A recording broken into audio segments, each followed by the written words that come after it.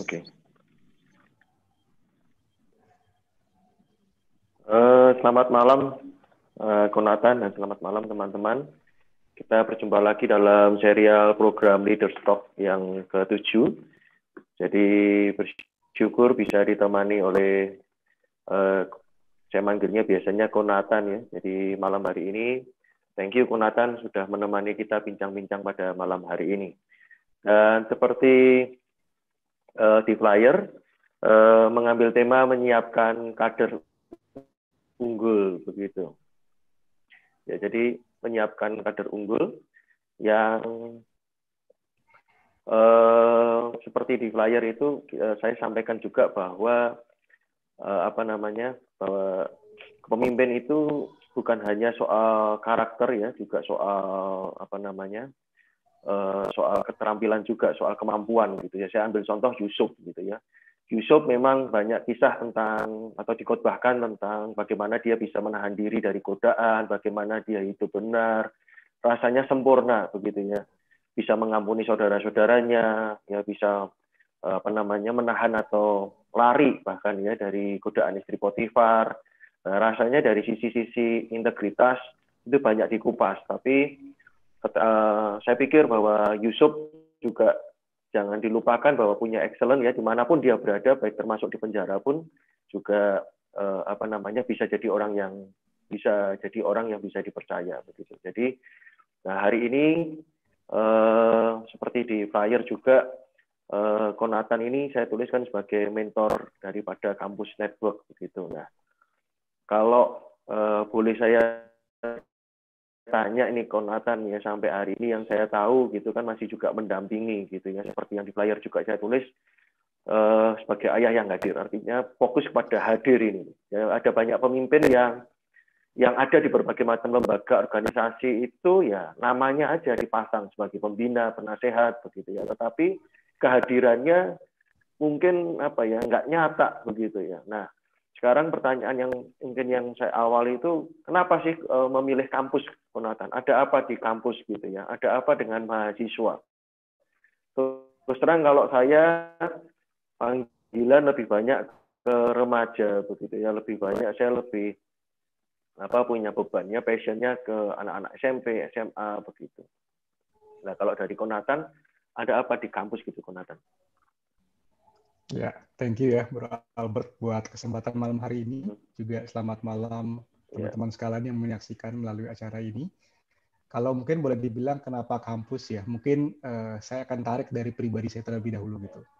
Saya sendiri secara pribadi mungkin sejak kecil udah Kristen, ya, orang tua saya background-nya Kristen, sejak kecil juga mungkin sudah ikut ke gereja dan pelayanan.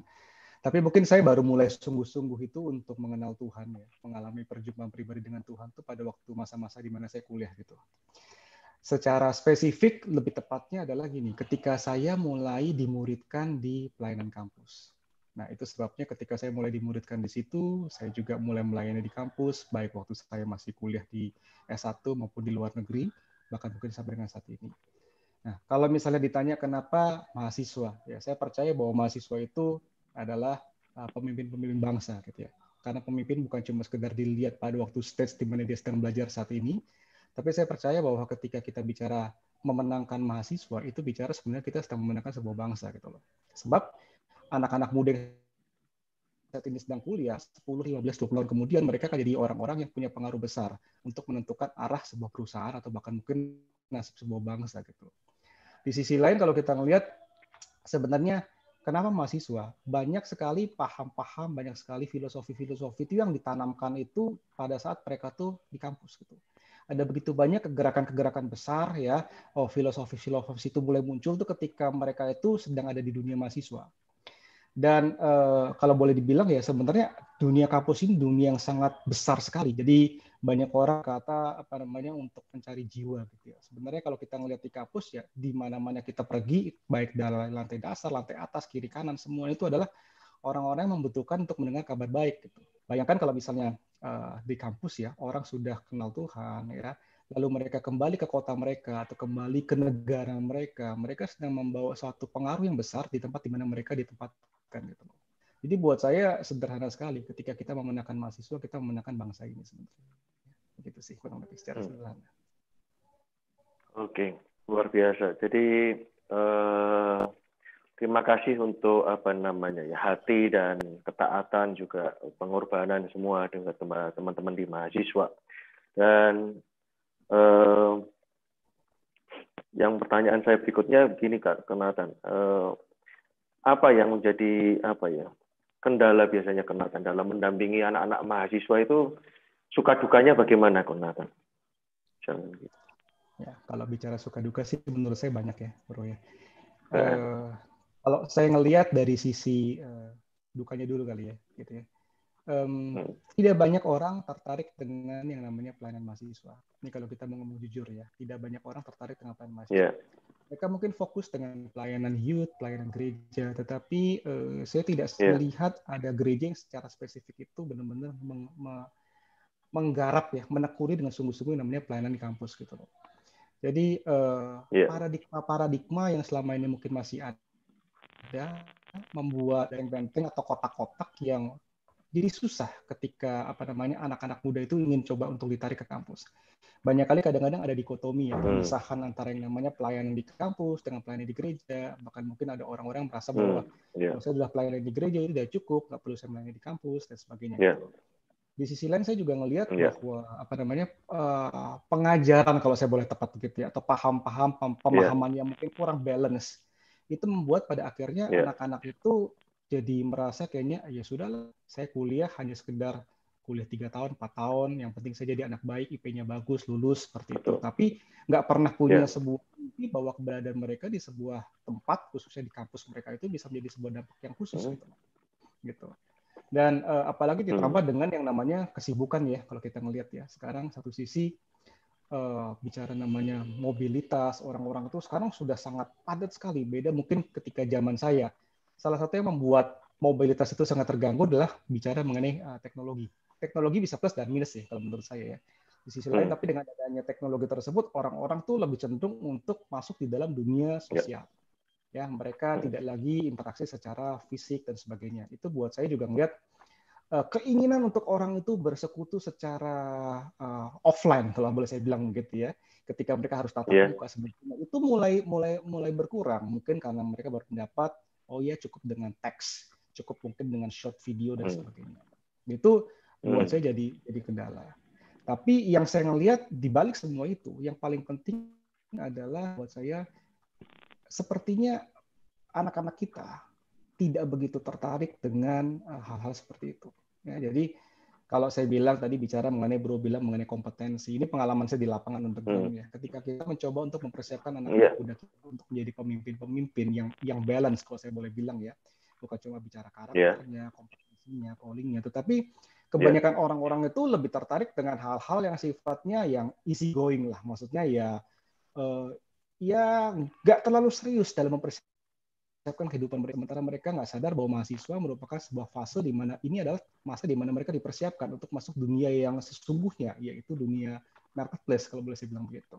Jadi kira-kira ya kalau bicara duka ya seperti itu ya. Kadang-kadang kita mencoba untuk effort melakukan banyak hal, tetapi banyak anak-anak muda kelihatannya merasa kayaknya saya belum butuh hal seperti ini gitu.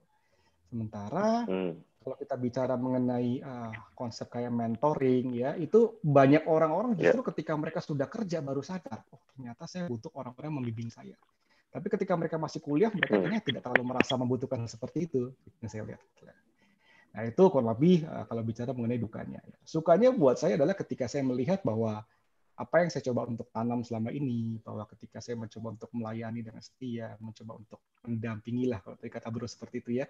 Nah, saya melihat bahwa ketika kita mulai mendampingi setahun, 2 tahun, bertahun-tahun, saya melihat orang-orang yang saya invest hidup ya, invest waktu, invest tenaga, invest segala-galanya, mereka mulai bertumbuh jadi orang-orang yang hebat, jadi bertumbuh jadi para pemimpin-pemimpin yang secara kapasitas menurut saya sudah lebih hebat dibanding saya gitu. Mereka punya kemampuan yang luar biasa, pengaruh yang luar biasa dengan skill mereka, dengan segala sesuatu yang mereka miliki. Buat saya itu adalah keberhasilan saya dan kebanggaan saya gitu, Bro. Ya itu kurang lebih suka dukanya sih. Oke. Iya. Ya, saya sependapat ya. Jadi waktu tahun 2000 berapa ya, waktu gempa atau tsunami di Aceh itu, terus terang saya sempat bertengkar lah. Saya sempat bukan protes gitu ya dengan satu lembaga begitu yang waktu itu berkata, ayo dong pemuda berangkat dong jadi volunteer gitu ya ke Aceh begitu. Nah itu kan waktu itu banyak yang dikirim tuh dari lembaga-lembaga mahasiswa lainnya, dari terus terang mungkin yang kami dibandingin dengan agama lain gitu. Nah waktu saya kuliah saya sendiri udah protes gitu ya.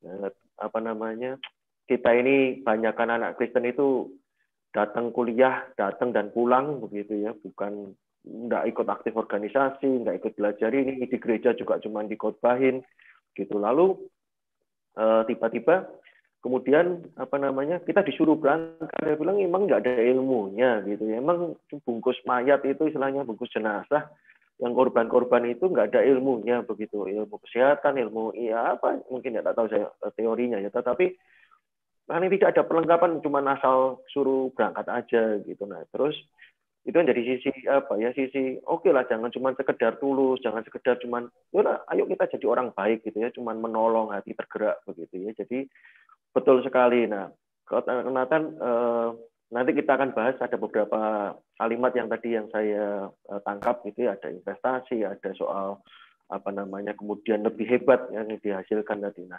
cuman gini, sebelumnya Konatan kan berkaitan dengan tadi kompetensi. Konatan juga sekarang ini kerja ya, juga ada di dunia marketplace begitu.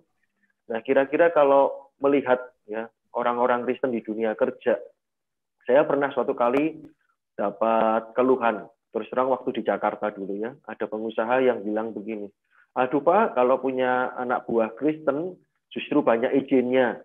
Sebentar, Pak, saya mau pulang lebih awal, izin mau latihan paduan suara.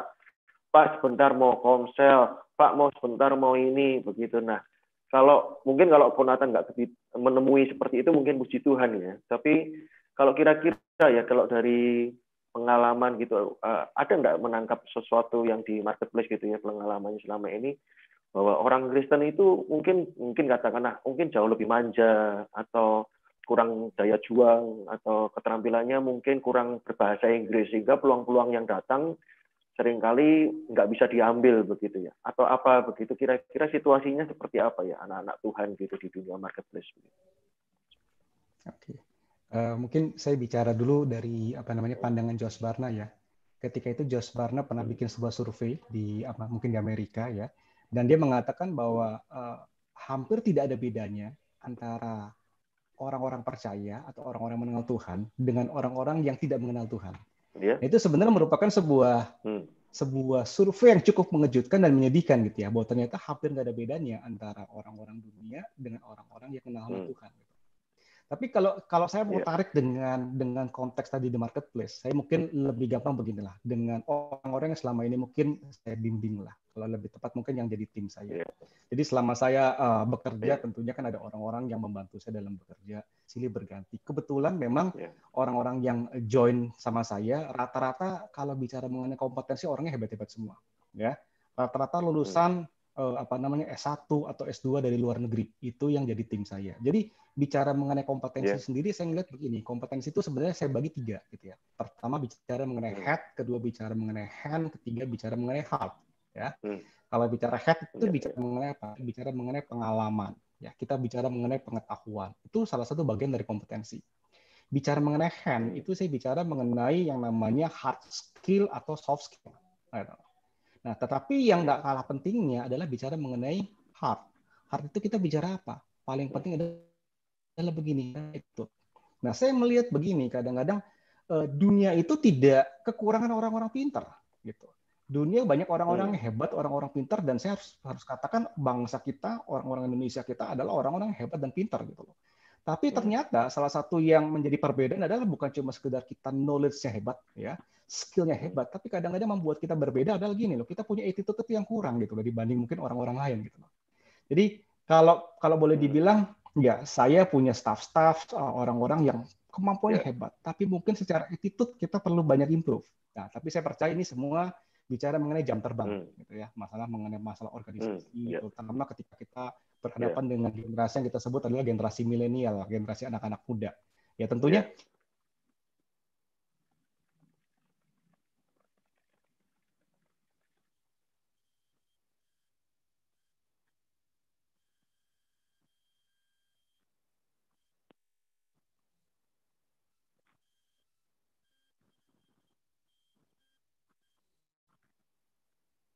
mereka di dalam berorganisasi, dalam bekerja, mereka bisa masuk dengan cara yang luas.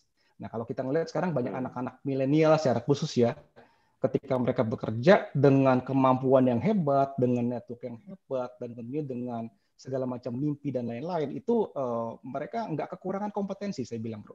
Tapi ada juga mungkin orang-orang yang punya mindset itu mereka merasa kayaknya saya nggak bisa, gitu ya. Nah, tentunya di sisi sini penting adalah peranan bagaimana kita bisa mengupgrade diri. Nah, ini nanti bicara mengenai banyak nih, bagaimana harus ada keinginan dari diri sendiri maupun mungkin juga bimbingan atau pertolongan dari sisi luar, gitu. Itu kalau lebih saya melihat kacamata kompetensi anak-anak Tuhan kira-kira seperti itu sih. Tapi yang paling buat saya menyedihkan ya kalau saya boleh bilang gitu ya, itu adalah tadi mengenai paradigma ya bahwa saya cukup jadi orang baik.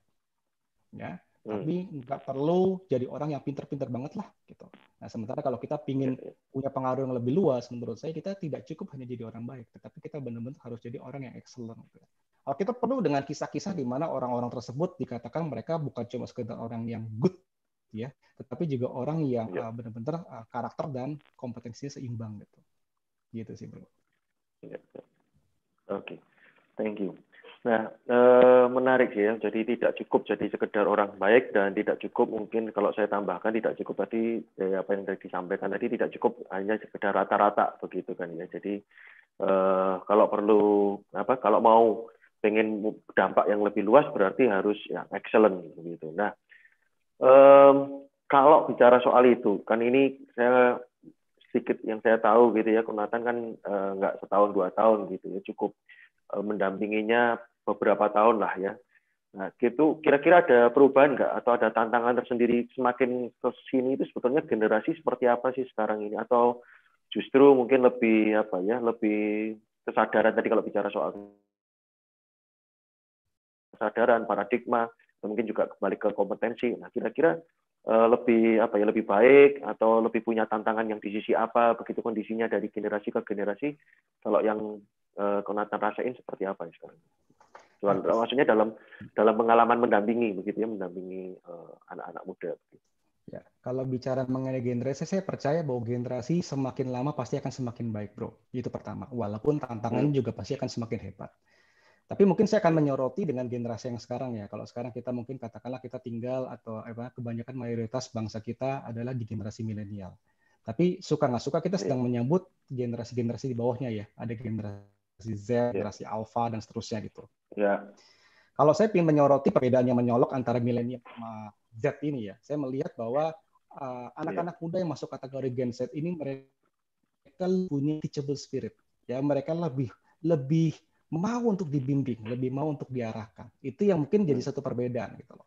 Jadi kalau misalnya ditanya mengenai gimana anak-anak muda sekarang, saya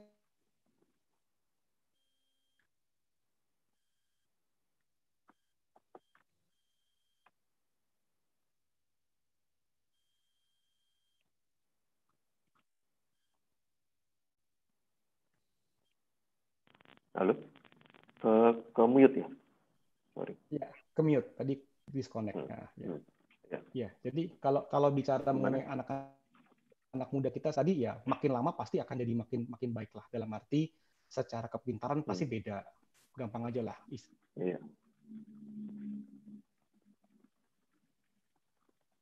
Aja sudah pelajarannya udah cukup advance gitu ya dibandingkan sama generasi zaman saya. Jadi ke depan saya percaya generasi ini akan jadi generasi yang semakin pintar. Tetapi kembali, pintar itu bukan berarti segala-galanya gitu. Tapi segalanya bicara mengenai apa? Kita harus punya keseimbangan. Itu yang buat saya kata kunci di mana-mana tuh balancing, harmoni itu sesuatu yang sangat penting buat kehidupan. Gitu. Oke. Nah, jadi tadi yang sudah ada satu kunci ini keseimbangan gitu. Nah, saya pikir menyiapkan anak-anak muda di kampus ya sebagai calon-calon pemimpin tadi dikatakan nanti suatu saat mereka akan memegang perusahaan dan sebagainya. Nah, kalau bisa dijabarkan lebih lagi nggak menurut Konatan ini pemimpin yang ideal begitu ya, apa ya, kemudian kriterianya ini mau susah payah tadi kan dikatakan begini, saya mau investasi begitu ya, kesukaannya atau sukanya itu kan ketika suatu saat itu melihat mereka bisa berhasil, bisa lebih hebat dari saya. Nah, begitulah. Kira-kira sebenarnya kriteria seperti apa sih yang dia idealnya seorang pemimpin yang boleh dikatakan tanda kutip berhasil atau sukses begitu menurut pandangan dari Konatan?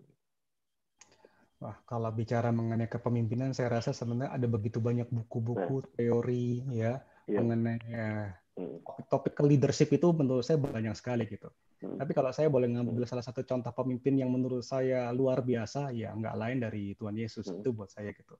Karena saya ngelihat bagaimana dalam waktu yang sangat singkat daripada kehidupan Tuhan Yesus gitu ya. Tuhan Yesus itu bisa punya pengaruh yang everlasting, tidak terbatas. Bahkan kalau sekarang kita ngelihat dampak daripada kepemimpinan Tuhan Yesus ya melalui gerejanya, melalui murid-muridnya itu saya rasa tidak terbatas gitu loh. Nah, saya tadi pagi saya kebetulan pas lagi baca Alkitab, saya masuk dalam pembacaan di dalam Keluaran.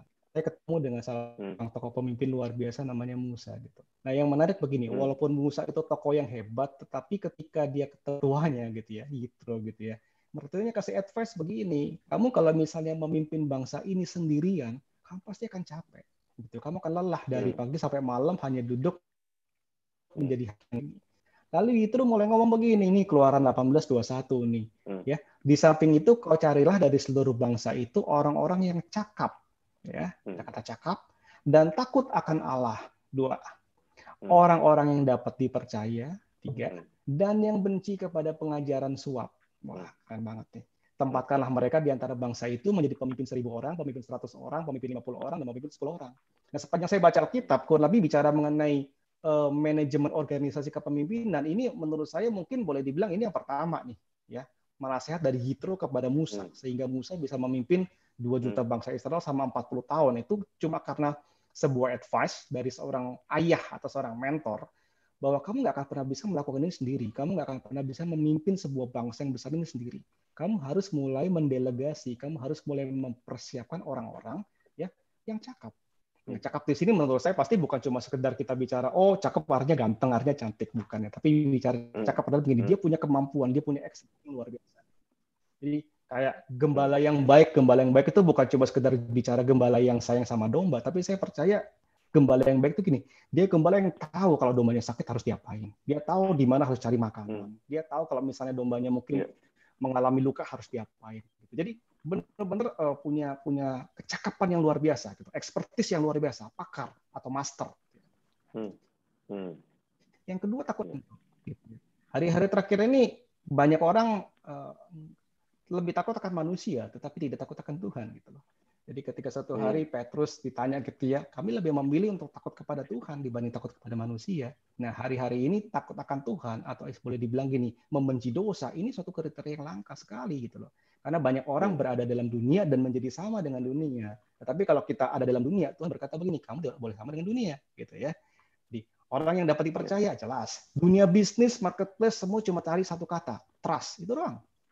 Kalau orang bisa dipercaya, bisnis lancar, ya. Kenapa dalam dunia hukum kadang-kadang sampai ada yang namanya agreement, ya, my word is my commitment, kan gitu kan. Cuma lama-lama ketika orang mulai penuh dengan self, dengan ego, akhirnya lama-lama mulai banyak nih yang tidak bisa dipercaya. Keluarga hancur karena nggak ada trust, bisnis hancur nggak ada trust, ministry hancur karena nggak ada trust, bro. Gitu, ya. Dan yang keempat di sini Yitro katakan begini, benci kepada pengajaran suap. Nah, hari-hari terakhir ini kan bangsa kita terus berperang nih dengan yang namanya suap gitu ya. Jadi kalau saya boleh bilang adalah gini, bagaimana cinta akan uang ya. Financial integrity itu buat saya jadi satu hal yang penting gitu loh. Bagaimana kita mencari orang-orang yang tidak lagi cinta akan uang. Bukan berarti nggak butuh uang ya. Kita tidak cinta akan uang karena akar segala kejahatan ialah cinta akan uang. Gitu kali, Bro. Kalau teori-teori lainnya buat saya ada banyak sekali buku-buku, topik-topik, tinggal tergantung mau ambil angle dari yang mana gitu. Iya. Itu buat saya itu luar biasa di dalam segala kesempurnaan. Iya. Betul sekali. Jadi keren sekali ya. Jadi sudah mungkin keseimbangan yang dari dari kalimat saya yang saya ambil juga dari tadi penjelasan tadi dari ayat yang Keluaran tadi, ya takut akan Tuhan gitu ya, bicara kembali kepada crash ya, jadi kembali takut kepada Tuhan, pusatnya kepada Tuhan tadi, yang kalau dikatakan tadi jangan takut, sudah terlalu langka ya orang yang takut akan Tuhan gitu ya. Banyak orang takut manusia, bukan takut akan Tuhan gitu. Nah, kita juga seringkali juga lebih banyak ego gitu ya, menjalani hidup ya ya gua mau gitu ya, gua pengen gitu. Tapi yang berani nggak yang mengubur ke sesuatu gitu untuk Tuhan, gitu, menguburkan cita-cita untuk Tuhan, memberikan hidup ini untuk Tuhan gitu. Bukankah dalam panggilan kita mengikuti Tuhan itu sebenarnya kan sekali lagi melepaskan ya, memberi, bukan mengambil sesuatu gitu ya. Dan banyak di Lukas di Injil dikatakan ya, pada ketika ada orang mengikuti Yesus, Tuhan ngomong, berani nggak ketika seperti anak muda tadi ya, saya bisa ngelakuin ini, saya bisa ngelakuin ini, berani nggak kamu jual hartamu? Ketika ada yang berkata, aku tak mau, saya mau pulang dulu menguburkan orang tua, saya mau pamitan dulu, ya itu juga sama ya, mungkin dipikir, nah ini anak-anak durhaka gitu ya, kalau sampai pamitan aja nggak boleh, nguburkan orang tua aja nggak boleh. Tetapi kan bukan tafsirannya bukan seperti itu. Tetapi secara singkatnya adalah ketika berani nggak ikut Tuhan, kamu berani melepas nama, berani keluar dari kenyamanan, ya keluar dari budaya, keluar dari apa kita berani kubur dan mati untuk diri sendiri dan mengikuti Kristus. Nah, lalu bicara tadi kembali kepada masalah cakap tadi, kompetensi itu luar biasa sekali bahwa Yitro pun juga melihat hal ini gitu ya, dunia apalagi ya. Jadi secara kalau anak Tuhan seringkali ya di dalam gereja yang saya lihat, saya seringkali rasakan ya, lalu kemudian bandulnya kepada kasih karunia, pengampunan gitu. Udahlah, ini kan kita di gereja ya, kita volunteer, jadi kalau ditegur pindah gereja begitu ya. Ketika kita bicara mau meningkatkan kualitas ya terlambat atau apa ya, itu kita tidak ada tidak ada punishment lah, tidak ada. Kita lebih banyak ya sudahlah, enggak apa-apa, tolong dimengerti ya, begini ya, enggak apa-apa gitu. Tapi sebetulnya kalau di dalam dunia marketplace,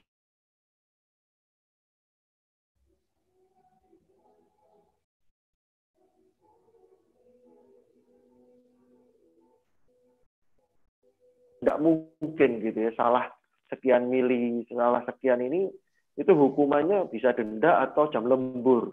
Itu di mahasiswa gitu. Nah, standar kita kadang-kala ya, padahal di Alkitab bilang ya, puncak gunung biar gereja itu mengajar gitu ya. Gunung Sion, dari Sion akan keluar pengajaran gitu. Kita ada di kalau kita mau mengajar, kalau kita mau jadi trendsetter, kalau kita mau jadi model gitu, kita harus ada di puncak gitu. Kita harus ada excellent tadi, katakanlah bahasanya excellent tadi. Lalu soal suap atau bisa dipercaya, soal karakter tadi yang jadi tadi sudah disampaikan panjang lebar oleh Konatan.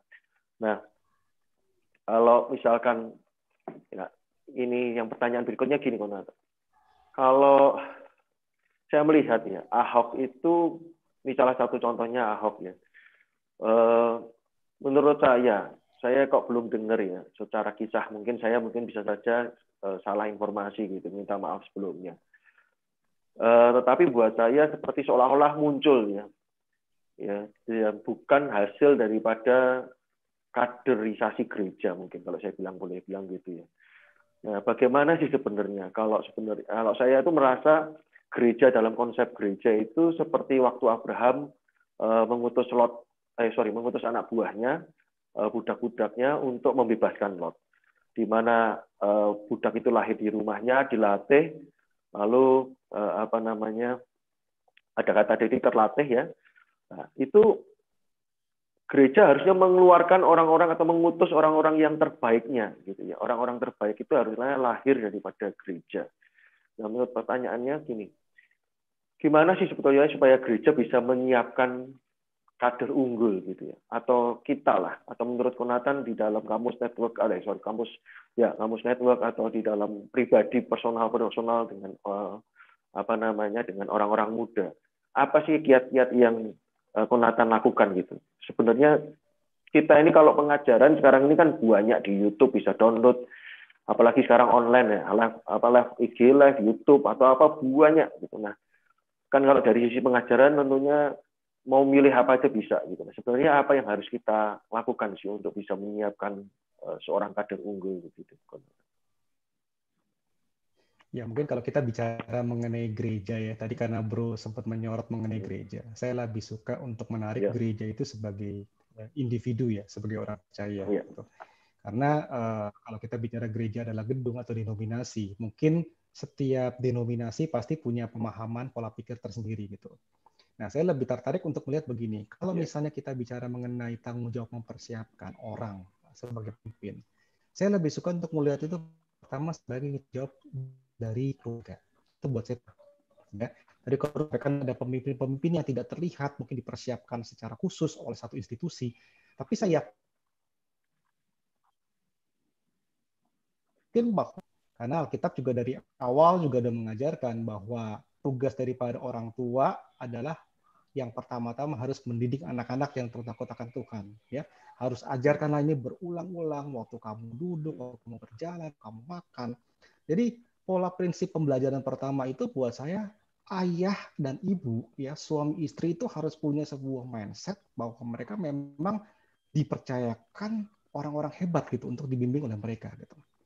Nah, suatu hari saya ingat kurang lebih berapa tahun yang lalu, ini sharing cerita aja, karena katanya salah satu skill yang penting itu adalah storytelling.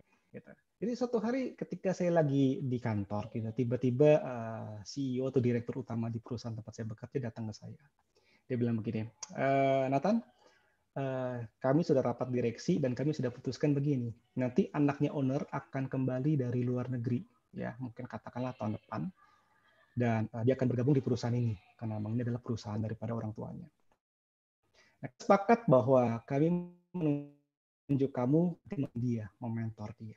Nah, saya cuma begini, istilah gini, salah seorang besar di bank ini yang punya kekayaan luar biasa, punya bisnis luar biasa, punya karyawan begitu banyak, kenapa anaknya dipercayakan untuk dibimbing oleh orang seperti saya? Itu kan pertanyaan saya begitu, siapa saya, kenapa saya?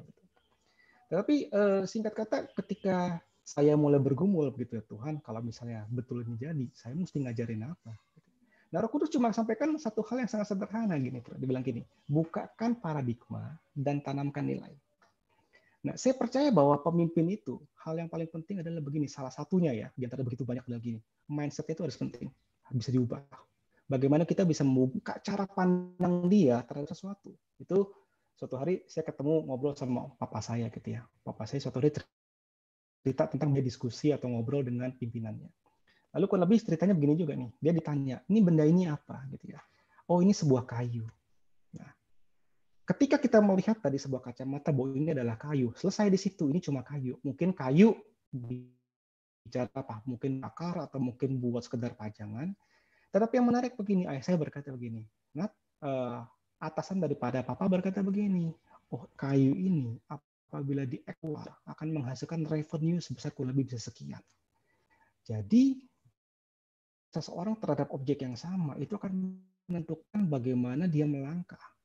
Nah, kalau kita melihat orang yang ada di tangan kita, yang ada di sekeliling kita, anak kita, keponakan kita, dan mungkin katakanlah teman-teman di sekeliling kita, itu sama dengan cara Yesus melihat mereka, saya percaya pelayanan kita nggak akan sama lagi gitu.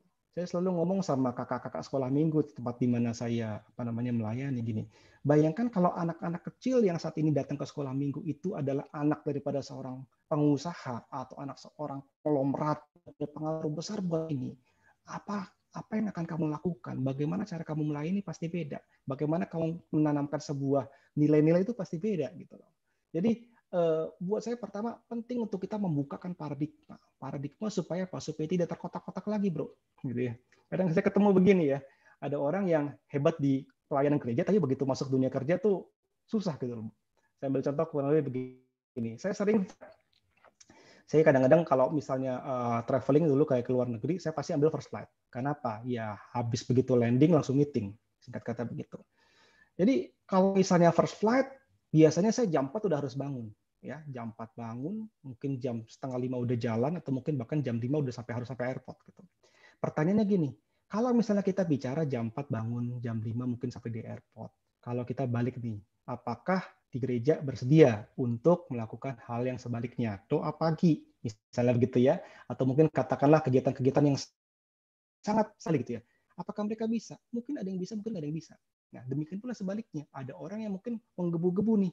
Kalau misalnya bicara mengenai pelayanan, wah jangankan doa pagi, doa subuh, doa tengah malam juga dilakuin gitu ya. Tapi kalau ke kantor telat, gitu ya.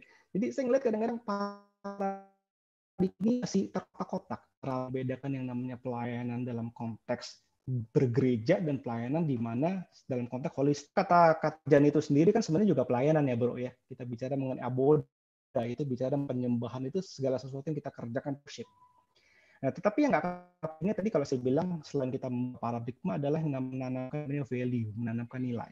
Ya, tentunya kalau kita bicara menanamkan nilai ini bukan cuma sekedar kita tulis di website mengenai value of the company like this, tapi cara menanamkan nilai paling bagus itu adalah dengan yang namanya demonstrasi daripada nilai tersebut. Bagaimana kita bisa menjadi teladan sehingga mereka melihat bagaimana pemimpin mereka, bagaimana orang-orang di atas mereka itu merespon terhadap yang namanya suatu masalah. Karena value itu akan teruji ketika masalah muncul, bro. Ketika ada fuka, gitu ya, segala sesuatu tuh rentan, tidak pasti, penuh dengan pertanyaan. Nah, itu di situ muncul di titik kritis, muncul yang namanya nilai itu menjadi kompas. Kita akan melangkah kemana? Ya, rasanya kayak gitu, bro. Jadi membuka wacana dan menanamkan nilai, gitu ya. Kalau saya sedikit highlight begitu. Nah, betul. Ya,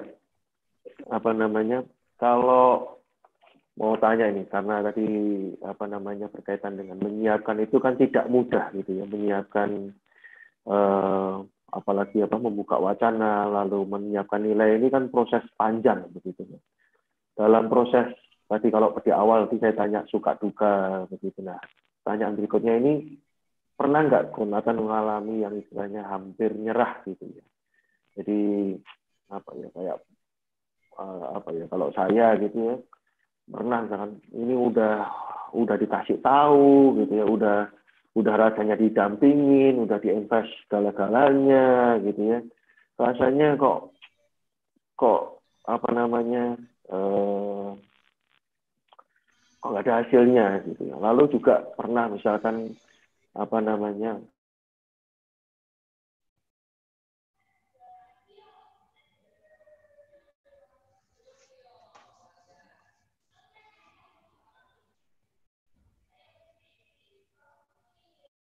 hampir menyerah begitu. Kalau enggak, kira-kira resepnya apa gitu ya, supaya orang-orang itu tetap semangat, tetap punya nilai, tetap punya semangat untuk tadi mendampingi, jadi teman seperjalanan. Nah, kalau bahasa saya seringkali saya sebutnya istilahnya teman seperjalanan gitu ya. Jadi menemani prosesnya ini apa ya kira-kira kiatnya gitu. Iya. Jadi kalau cara mengapa menyerah, saya rasa semua manusia pasti pernah punya titik-titik itu dalam kehidupannya ya.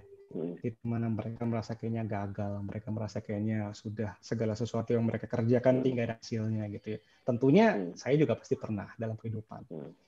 Nah, kadang-kadang kita melihat titik nyerah seperti itu karena kadang-kadang kita melihat dengan kacamata kita. Kita melihat dari apa yang nampak. Sementara Alkitab mengatakan bahwa kita ini hidup bukan dari apa yang kita lihat gitu, tapi dari apa yang tidak kita lihat.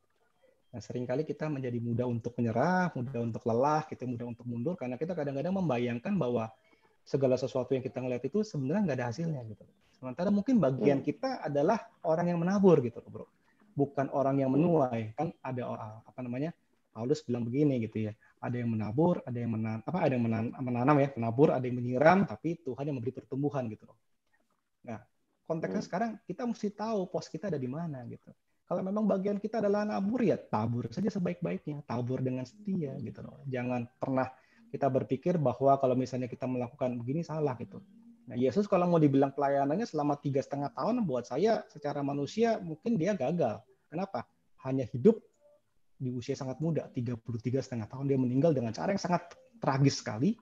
Ya, dia punya mungkin 12 orang murid, satu murtad bahasa saya begitu ya, 11 lainnya kurang lebih lari semua gitu ya, orang-orang yang mungkin nggak bisa diandalkan sama sekali menurut kacamata dunia gitu. Tapi ternyata dengan sebuah pola prinsip yang buat saya tadi itu dibilang pendampingan, selama 3,5 tahun itu Yesus mengubah orang-orang yang punya mentalitas dan paradigma yang mungkin tidak sama dengan dia, bisa diubahkan, dan saya percaya itu kuasa Roh Kudus ya, bisa mengubahkan mereka sehingga mereka bisa jadi orang-orang yang berdampak gitu, bro. Jadi saya ngelihat bahwa yang membuat saya kadang-kadang masuk dalam titik-titik down, ya kadang-kadang kalau kita melihat dengan realita. Nah, saya selalu teringat dengan kisah bambu, bro. Suatu hari saya pergi ke satu museum gitu ya di London waktu itu. Dan ketika saya ada di situ, saya lihat pohon bambu yang waktu jadi artefak gitu ya. Dan di situ ditulis bahwa pohon bambu itu dia selama boleh dibilang 5 tahun pertumbuhan pertamanya itu dia hanya bertumbuh tuh stuck ya. Tetapi ketika dia sudah mulai masuk tahun kelima, setiap harinya itu dia bisa bertumbuh tuh bisa mungkin berapa puluh senti gitu ya. Sehingga dalam waktu singkat dia bisa jadi pohon yang sangat tinggi sekali. Nah, pertanyaannya adalah kadang-kadang gini, kita selama ini kan mungkin melihat nih, kita sudah pupuk, sudah siram pohon bambu tersebut, tapi dia nggak bertumbuh ke atas. Sementara dia bertumbuh dengan dalam ke bawah. Nah, saya ingat suatu hari ada seorang pemimpin gitu ya, bro. Saya pernah sharing sama bro juga. Pertanyaannya sederhana dan tajam sekali. Kita pengen jadi orang-orang yang akarnya itu merambat ke samping, ke kanan, ke kiri, atau tertanam tertanam ke dalam gitu loh. Jadi akar serabut atau akar tunggang gitu loh. Nah, kalau kita memilih dengan konsep bahwa kita mengembang ke kanan ke kiri, pengaruh kita buka cabang di mana-mana, punya begitu banyak orang-orang yang ada di dalam lingkar pengaruh kita. Nah, itu bagus gitu. Tetapi kalau saya boleh memilih, saya lebih memilih untuk menjadi orang yang hidup dalam kedalaman gitu loh. Jadi bagaimana kita benar-benar mungkin invest nggak banyak, mungkin hanya a very selected people saja. Bukan berarti kita nggak punya kapasitas untuk mempengaruhi lebih, tapi saya percaya gini, segala sesuatu yang terfokus itu pasti hasilnya akan lebih tajam gitu. Makanya Yesus juga fokus sama 12 gitu, bro. Gitu. Jadi ya saya ngelihat kurang lebih seperti itu sih. Oke, thank you. Luar biasa sekali. Jadi saya malah jadi muncul suatu pertanyaan gitu ya. Jadi bertahan lama begitu ya. Kemudian ketika burnout pun juga bisa mengatasi gitu ya, juga karena punya paradigma, punya nilai-nilai yang tadi sudah disampaikan oleh Konatan tadi. Nah, pertanyaan saya atau gambaran saya begini. Ada banyak orang seperti yang tadi mungkin Konatan pernah sampaikan ya di awal tadi, bahwa dan saya juga melihat gitu bahwa ada orang-orang yang atau di gereja tadi kalau Jonathan sisi memisahkan antara mungkin pelayanan gereja, pelayanan kampus. Lalu ada orang-orang yang menurut pengamatan saya, ada orang ngomong, panggilan saya ini pemuda, gitu. Panggilan saya anak-anak muda, tetapi nggak banyak. Ya, yang saya kagumi dari Jonathan itu juga tidak banyak orang yang begitu sudah menikah atau mungkin sudah punya anak dan lain sebagainya masih mau ada di pelayanan untuk mendampingi anak-anak muda gitu. Ada banyak orang ya pelayanan muda menurut saya sekarang ya karena lu masih muda gitu, karena lu nggak punya pilihan lain. Mungkin lu mau masuk di pelayanan pasutri juga mungkin ditolak, siapa kamu gitu kan ya.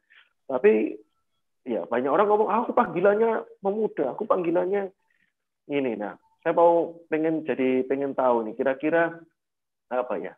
Sejak kapan atau mungkin sedikit menggali yang dari awal tadi ya.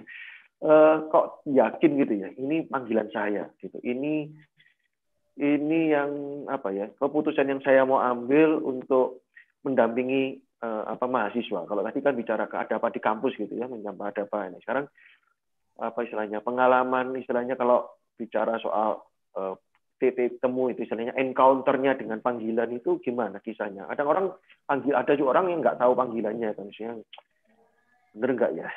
Gitu. Nah, kira-kira bisa sampai punya keyakinan sekuat ini. Lalu tadi yang punya paradigma tadi bambu atau tumbuh ke dalam dan segala macam.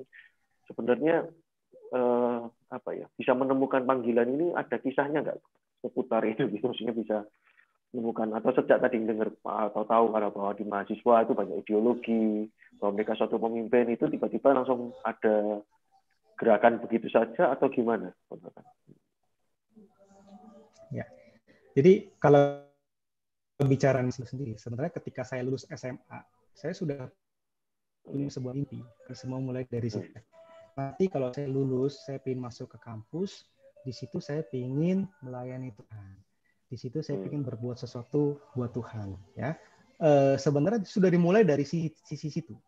Cuma ketika kita masuk ke kampus, kadang-kadang saya waktu itu mulai bingung, saya mesti mulai dari mana? Saya harus mulai melakukan apa?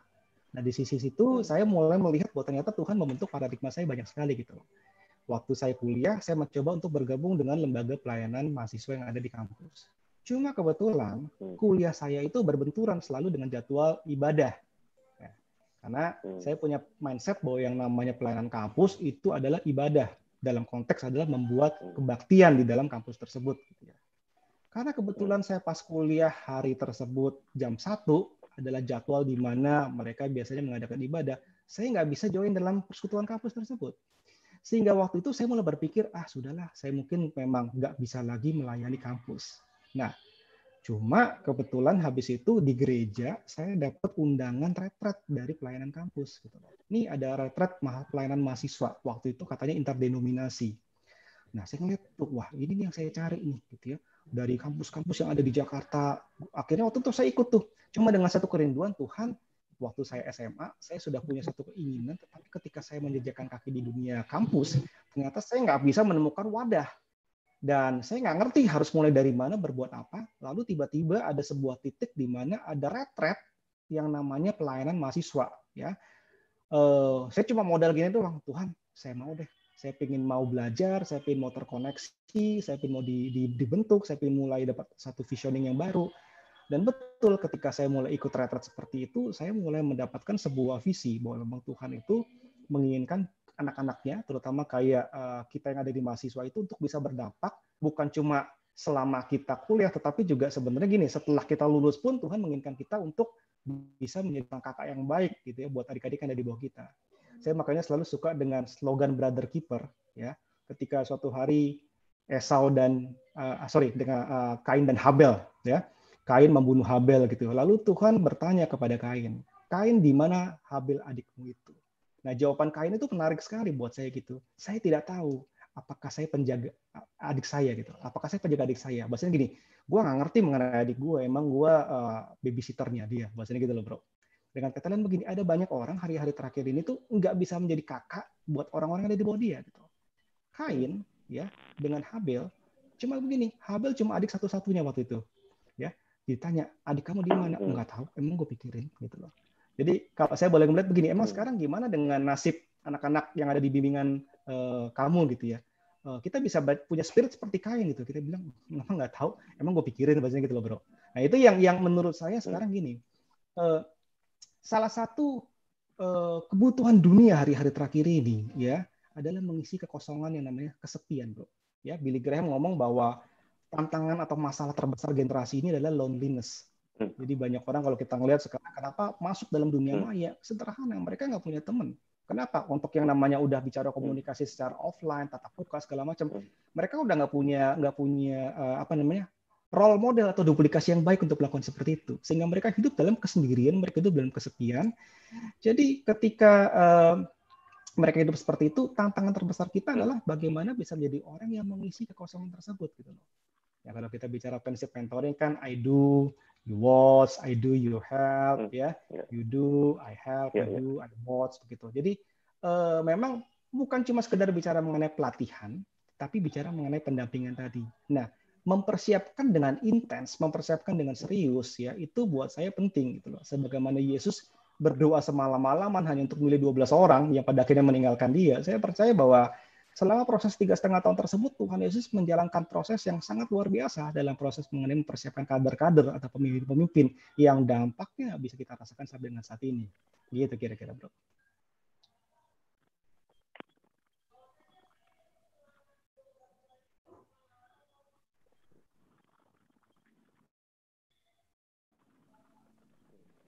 Tadi sudah juga langsung disinggung soal ada generasi atau menjaga adik gitu ya.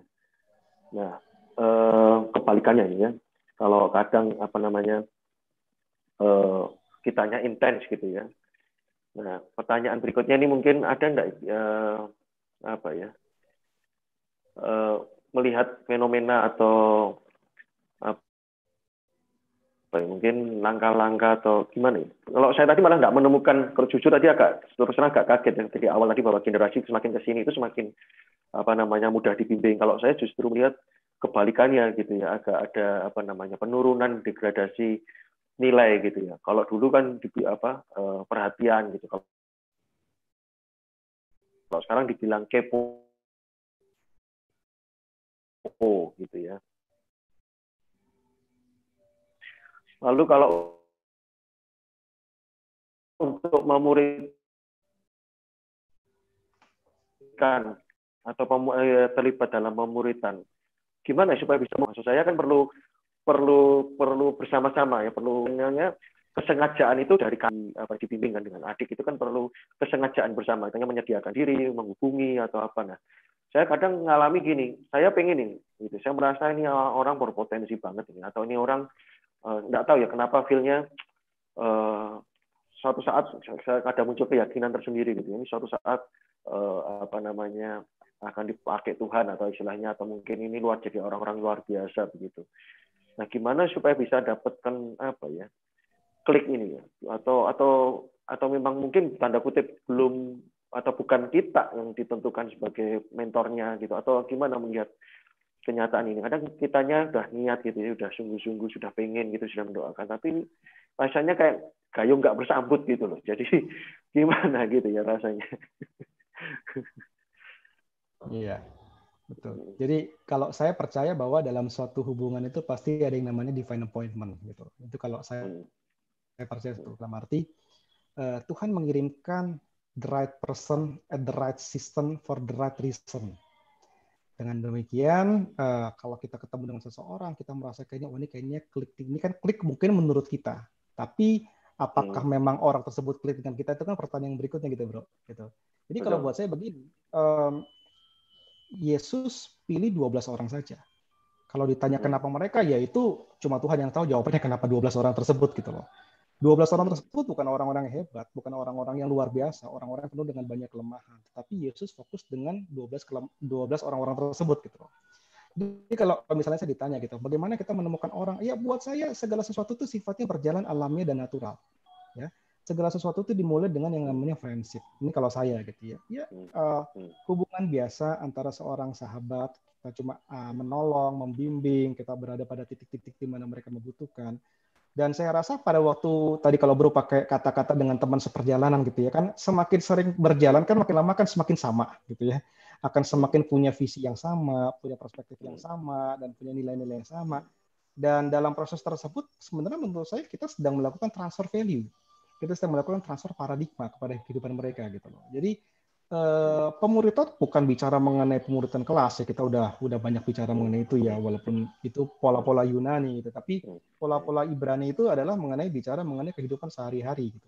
Jadi kita bicara bagaimana mereka melihat kita gagal, bagaimana mereka melihat kita lemah, bagaimana mereka melihat kita mengambil keputusan di saat konflik, bagaimana kita bereaksi ketika kita terluka. Buat saya mereka belajar dengan melihat lebih banyak itu akan lebih berbicara gitu. Kan katanya gambar itu berbicara 1000 kata gitu, bro. Jadi dengan mereka melihat sebuah figur, mereka melihat sebuah sosok, kehidupan yang mereka lihat setiap hari itu sudah berbicara jauh daripada mungkin buku-buku atau artikel yang mereka melihat, karena mereka membutuhkan Yesus yang mendarat di tengah-tengah mereka. Saya rasa kayak gitu sih, bro. Jadi kita nggak perlu paksain bahwa kita harus sama dia harus sama kita. Buat saya natural aja. Kalau memang bagian kita hanya untuk menyampaikan satu kalimat buat mereka, dan kalimat tersebut sudah mengubah hidup mereka, mungkin bagian kita sudah selesai. Nah, nanti pada titik lain dalam kehidupan mereka akan bertemu dengan orang-orang yang memang akan pada season mereka harus dibimbing, diperlengkapi dengan orang lain. Gitu.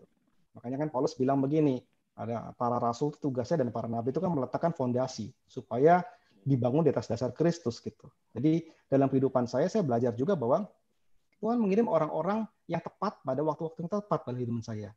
Ketika saya memang mungkin sudah masuk fase begini, Tuhan kirimkan orang untuk memperlengkapi saya. Saya masuk fase berikutnya, Tuhan mengirim orang untuk memperlengkapi saya. Jadi kita bisa punya banyak pengajar, bahasanya gitu ya. Tapi mungkin kita nggak punya banyak ayah, nggak punya banyak bapak. Mungkin hanya punya satu. Dan saya berharap bahwa yang namanya bapak rohani kita ya sebenarnya orang tua kita sendiri gitu. Gitu, bro. Oke, banget. Iya. Mungkin ini pertanyaan yang sekedar berbagi aja sih. Pertanyaan berikutnya gini, penasaran aja karena saya nggak terlalu banyak intas di mahasiswa gitu. Sebenarnya kalau topik-topik curhat itu seputar apa sih Konatan gitu ya. Ini pertanyaan receh ini. Jadi kalau bicara soal bahasa gaul itu atau masih sama nggak gitu ya dengan sebenarnya problematikanya sama, atau sekarang mungkin ada siapa tahu punya tantangan berbeda gitu. Kira-kira seputar apa sih persoalan-persoalan di mahasiswa gitu? Ya mungkin tiap orang bisa beda-beda ya. Tetapi mungkin kalau kita bicara mengenai fase mereka mahasiswa adalah fase di mana mereka sedang mulai berpikir mengenai relationship lebih jauh. Ini kalau yang saya hadapi di lapangan ya. Jadi kadang-kadang kalau saya ketemu anak-anak kampus segala macam sharing itu rata-rata kebanyakan masih di dalam bidang relationship, itu satu ya. Lalu mungkin bicara mengenai karir, itu yang jadi consideration mereka keduanya gitu. Saya rasa pasti ada gitu, tetapi mengenai hubungan, mengenai dunia kerja itu tetap menjadi topik-topik utama dalam dunia mahasiswa ini sepanjang pengamatan saya gitu loh. Nah justru saya selalu bilang begini, tugas seorang ayah, tugas seorang mentor ya, itu mereka harus ada pada titik kritis gitu bro. Nah yang saya maksud titik kritis itu apa? Titik kritis saya define menjadi 3. Titik kritis pertama begini, seorang mentor, seorang bapak itu harus ada pada waktu titik di mana sang anak itu harus mengambil keputusan penting bagi mereka ya. Contohnya apa ya? Contohnya memilih pasangan hidup, mungkin memilih mengenai pekerjaan, memilih mungkin pelayanan dan lain-lain. Pokoknya when there is a major decision ya, buat saya seorang mentor itu perlu ada di situ untuk membantu mengarahkan supaya orang tersebut tidak salah mengambil keputusan. Itu titik kritis pertama. Titik kritis kedua buat saya adalah titik di mana seseorang itu ada dalam pada kondisi sedang boleh dibilang bottom line dalam hidup mereka. Dia pada titik di mana dia sedang down, dia terpuruk, dia gagal, dia merasa kayaknya malu, dia merasanya kayak nggak layak. Nah, di titik itu merupakan titik kritis. Karena biasanya orang di titik down itu, tadi seperti kita bilang, dia bisa disappoint dan pada akhirnya hilang, atau akhirnya dia bisa rebound kembali. Nah, kalau orang yang nggak punya dasar yang kuat, dia masuk pada titik atau kurva yang sangat dalam, kalau dia nggak stabil, dia bisa terpuruk lama di situ.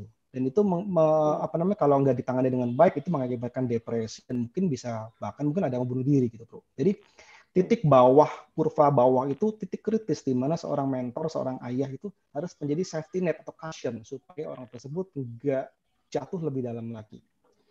Kritis ketiga yang selalu saya soroti adalah titik di mana orang itu ada di atas, titik paling atas dalam kehidupan dia, titik di mana dia suka, di mana dia berhasil, di mana dia terkenal, di mana dia berpengaruh. Bahasanya gini, semua orang tahu dia dan mungkin dia nggak butuh siapa-siapa lagi karena dia merasa kayaknya dia udah nomor 1 gitu loh. Bahkan mungkin nggak butuh Tuhan.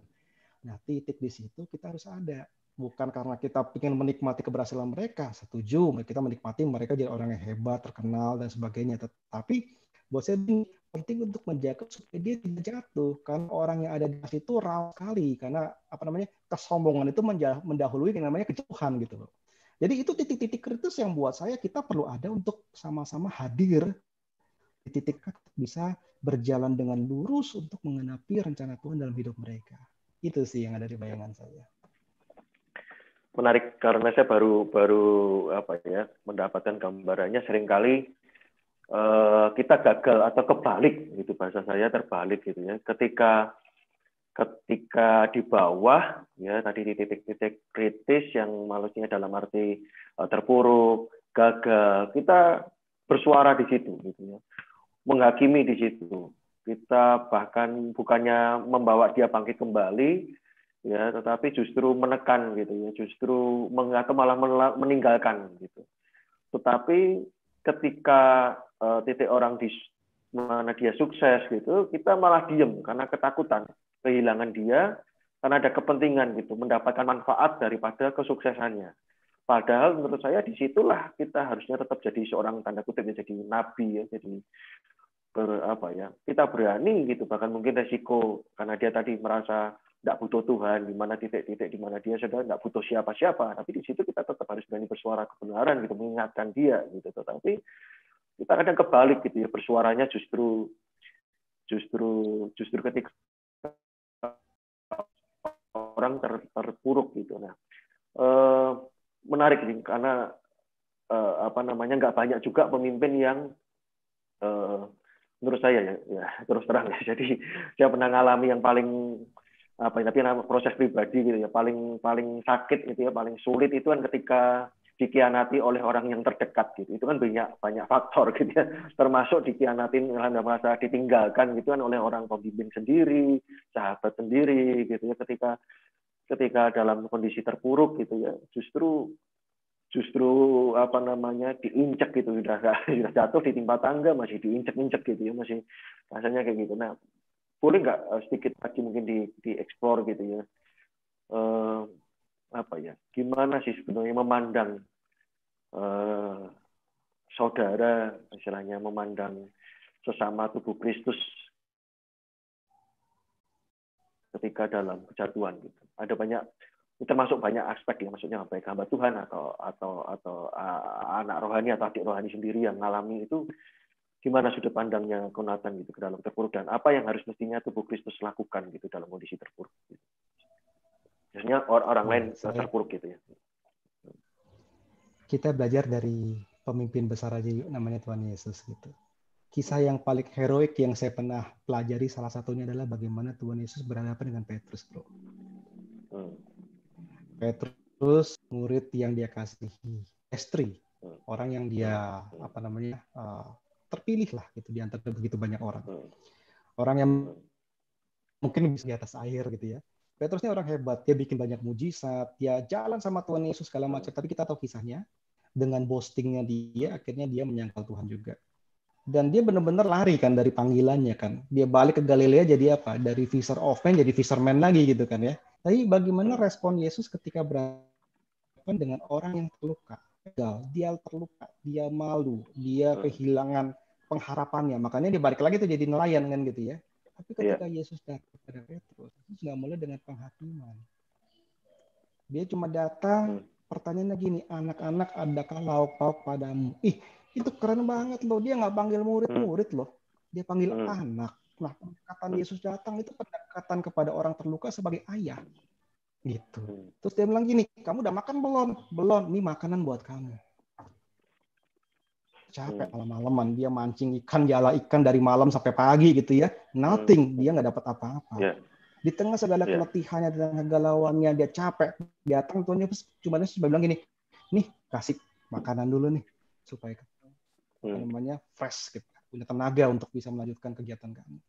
Dan di sisi pun Yesus nggak ada satupun kata-kata penghakiman loh, gitu. Dia cuma begini, apakah engkau mengasihi aku? Kan gitu pertanyaannya. Dan Yesus tuh paling jago kalau ngomong tuh nancek tuh pakai pertanyaan ya bro ya, kan gitu ya. Dia bertanya dan itu menggali semua kedalaman semua luka-luka itu. Makanya kalau kita bicara mengenai traumatic healing ya, 3 kali Pak Petrus itu menyangkal, 3 kali Yesus bertanya supaya apa? Dikembalikan lagi kepada posisi bahwa Petrus itu adalah orang yang terpilih. Petrus itu orang yang dikasih kesempatan, second chance, gitu loh. Bahwa nih gembalakanlah domba-dombaku. Ini keren banget bro. Orang yang udah gagal tertolak gitu ya, tiba-tiba dikasih kesempatan, gembalakanlah domba-dombaku. Gitu. Makanya surat Petrus kalau kita pelajari itu dikenal dengan surat apa? Pengembalaan. Banyak sekali kata-kata bagaimana dia mengajarkan kepada jemaat-jemaat itu untuk menjadi gembala yang baik. Dia belajar dari mana? Mandat gurunya. Gembalakan domba. Dari situ proses duplikasi berjalan terus, bro. Gitu. Jadi kalau ditanya gimana respon kita terhadap orang yang gagal, ya kalau buat saya gini, saya juga orang gagal, saya juga orang yang pasti pernah melakukan banyak kesalahan, tapi saya bersyukur oleh anugerah Tuhan masih membuat saya gitu loh. Nah, kalau Tuhan masih mau berikan kesempatan buat saya, kenapa kita tidak belajar memberikan kesempatan buat orang-orang lain? Karena kita gagal hari ini, ya apakah kita akan gagal terus? Tentunya kan enggak. Saya percaya ketika kita sungguh-sungguh mau berbalik dari jalan-jalan kita yang jahat, kita punya kemampuan yang daripada Roh Kudus, saya percaya setiap hari kita akan menjadi a better version of us gitu loh. Oke. Gitu. Iya. Mungkin dari saya satu pertanyaan lagi dan saya pengen kasih kesempatan kepada teman yang bergabung di sini. Ini luar biasa. Satu adik saya yang ada di mana ini? Kupang atau di mana? Iwan. Satu lagi Kak Robin yang sampai hari ini juga mendampingi dan membagikan hidupnya di anak-anak muda di Klaten dan Jogja, dan bertahun-tahun lamanya dulu yang sudah saya kenal dan sampai hari ini konsisten juga sama mendampingi anak-anak muda. Dan pertanyaannya gini, tadi menarik yang ada istilah tadi yang cerita ketika Yesus itu kemudian bertanya kepada para murid-muridnya. Nah, saya mau kaitkan dengan gini sih, ke depan ini menurut Konatan ya, sebagai anak-anak muda itu, atau mungkin nasihat untuk adik-adik mahasiswa atau usia-usia remaja pelajar mulai dari dini ya, itu menghadapi banyak istilah lah ya. Abad 21 ada bicara soal post pandemi gitu ya. Kira-kira keterampilan apa yang perlu diisi gitu, perlu disiapkan ya, atau perlu ditingkatkan. Apa yang karena kan di marketplace ya Konatan. Kira-kira menurut Konatan ya dalam lingkupnya yang atau pengalamannya Konatan, kira-kira butuh apa sih kita ini? Perlu belajar apa sih anak-anak muda sekarang ini? Ya, kalau belajar saya percaya tadi mengenai mungkin kompetensi ya. Tadi kan ada bicara mengenai head, bicara mengenai hand, bicara mengenai heart. Saya percaya tiga-tiganya itu kita perlu balance. Kita harus jadi orang-orang tuh yang kuat dalam hal, jadi pengetahuan, pengalaman. Kalau kita lacking or experience, lacking of knowledge, ya belajarlah, bergurulah dengan orang-orang yang memang mungkin memiliki pengalaman atau mungkin pengetahuan seperti itu. Ya artinya gini, spirit untuk terus belajar itu harus tetap ada. Karena kalau seorang pemimpin berhenti belajar, ya dia stop jadi pemimpin kan gitu. Di sisi lain bicara mengenai hand ya, buat saya hard skill, soft skill itu penting untuk dipelajari. Tapi di dalam dunia HRD ya, dalam dunia human capital secara khusus, semakin tinggi level seseorang itu yang difokuskan itu bukan lagi pengembangan hard skill-nya. Karena kita percaya mungkin 5 tahun atau 10.000 jam itu cukup untuk menempa seorang itu menjadi seorang manajer atau seorang yang kuat dalam sisi hard skill atau eksekusinya. Tetapi semakin ke atas itu yang semakin ditempa itu adalah mengenai soft skill-nya gitu, bro. Jadi soft skill itu ya kita bisa browsing tergantung mau lihat dari sisi mana gitu ya. Tiap orang pasti punya pandangan beda-beda. Saya ngelihat kalau dari majalah Forbes ya, dia biasanya define soft skill yang penting itu contohnya adalah conflict management, time management, stress management, communication skill, ya, emotional intelligence, ya, bicara mengenai change management, storytelling, gitu ya, dan sebagainya. Nanti yang lain mungkin bicara mengenai problem solving, bicara mengenai mungkin koordinasi dan sebagainya. Buat saya, kalau mau bicara pengembangan soft skill ya hal-hal seperti itu perlu untuk terus kita upgrade dari waktu ke waktu. Karena kalau kita menjadi pemimpin yang baik, nanti kita akan berhadapan dengan begitu banyak tantangan, ya, khususnya how to deal with people. Nah, itu semuanya perlu tuh skill-skill seperti itu kita perlu. Namun kalau saya boleh bicara, salah satu yang paling adalah gini, kita harus punya kemampuan itu beradaptasi, ya. Karena dunia ini berubah cepat sekali gitu, bro. Ya, COVID ini menyebabkan begitu banyak orang itu yang dari atas bisa di bawah, tapi yang di bawah bisa jadi di atas. Kita ngelihat begitu banyak terjadi dalam sisi pandemi seperti ini. Dunia memasuki begitu banyak mungkin ketidakpastian, penuh dengan banyak pertanyaan. Kemampuan untuk bisa beradaptasi, ya, bukan berarti kompromi, tapi kemampuan untuk beradaptasi dan bisa membuat perubahan di tengah perubahan. Buat saya itu akan membuat orang itu bisa bertahan. Jadi kalau ditanya mengenai skill apa yang harus dipelajari, buat saya banyak. Semua skill yang kita pelajari, semua knowledge yang kita pelajari itu tidak satu yang nggak kepake, pasti akan kepake. Jadi saya mengencourage buat teman-teman semua di sini banyak baca buku, banyak mungkin join komunitas, internet, YouTube, ya mungkin website-website itu menyediakan unlimited knowledge, begitu banyak hal-hal yang penting. Tapi kalau kita pengen sukses, temukan mentor. Karena mentor yang akan membuat kita bisa lebih cepat melihat dari kacamata mereka, berdiri di atas pundak mereka. Gitu, bro. Oke. Ya, thank you. Dan apa namanya, kesempatan kali ini ada Kak Robin dan Saudara Iwan. Kalau ada pertanyaan silahkan, atau ada tanggapan atau mau sharing gitu juga saya beri kesempatan sih. Silakan.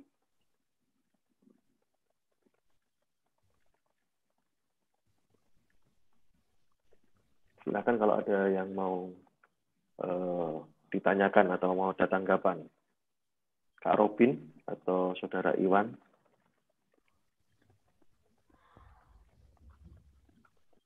Oke.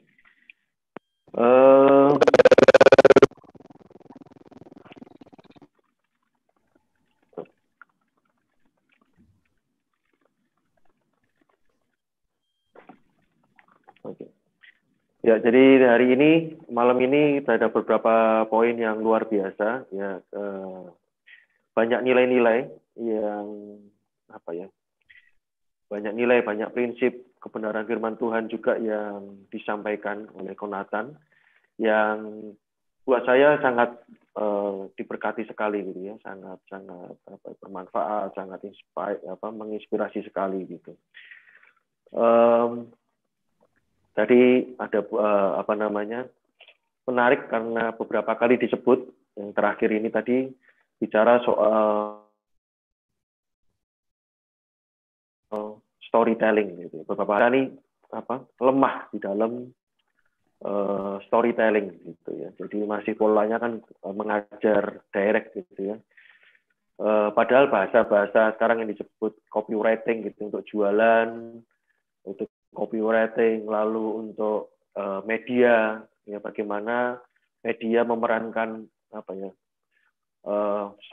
sangat vital sekali di dalam kehidupan berbangsa dan negara ini. Semua dari istilahnya yang disebut narasi.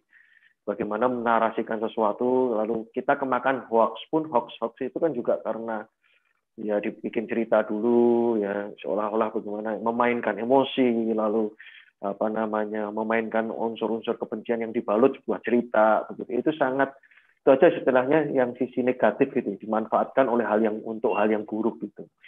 Nah, kita kita sehari-hari itu sebetulnya kan berhadapan langsung dengan tadi yang saya sebut, misalkan lihat TV, lihat iklan sekilas gitu pun juga itu sebenarnya ada teknik-teknik storytelling gitu. Lalu terus terang saya hari ini ada beberapa poin yang diberkati sekali lagi, diteguhkan ya, bagaimana menjadi orang kembali kepada panggilan, salah satu panggilan kita orang-orang percaya untuk menjadi kakak gitu ya, untuk menjadi kakak. Lalu menjadi kakak di sini, lalu kemudian termasuk ketika di masa-masa kritis. Tadi sangat diuraikan dengan sangat jelas gitu ya, kritis di titik apa saja sebenarnya sih, itu kritis dalam kehidupan seseorang gitu ya, baik di bawah, di atas, ya, ketika terpuruk, lalu juga dalam hal-hal situasi-situasi ketika dia harus membutuhkan keputusan-keputusan. Lalu soal kompetensi, soal karakter, head, heart, hand, dan satu kunci tadi disampaikan yaitu tentang keseimbangan. Mungkin ini yang jadi penutup ya, Jonathan. Pertanyaannya gini, ada banyak orang yang nggak banyak juga orang yang sudah mati dari rasa aku, tapi dalam wujud begini, tidak merasa memiliki, lalu muncul ada orang-orang kalau yang egonya masih kuat itu ya, merasa eksklusif gitu ya, lalu sampai rebutan nama organisasi ya, sampai nama organisasi pun juga jadi hal yang perlu dituntut-tuntut gitu ya, jadi lalu juga ngaku-ngaku gitu ya, lalu juga ada orang yang merasanya sangat kecewa dan jadi sakit hati gitu ketika tadi dalam realitanya seringkali kita investasi, kita berbagi sesuatu, lalu orang itu melupakan kita gitu kan ya. Jadi kelihatannya sih waktu baiknya, waktu investnya orang merasa wah ini seorang ayah gitu. Tapi kan ujiannya bukan itu aja gitu ya. Ayah yang bagaimana ketika anak ini pergi tadi ya, seperti si bungsu itu. Ya, minta warisan dan pergi, kemudian ketika bungsunya pulang ini kan ada banyak orang juga punya kebesaran hati gitu ya, malah justru tuh kan dulu udah gua bilangin lu nekat sih gitu kan. Jadi nggak punya saya yang punya tadi kan sudah disampaikan dengan jelas tadi bagaimana ketika orang terpuruk gitu ya. Nah, tapi dalam manifestasi yang lain juga ada orang-orang yang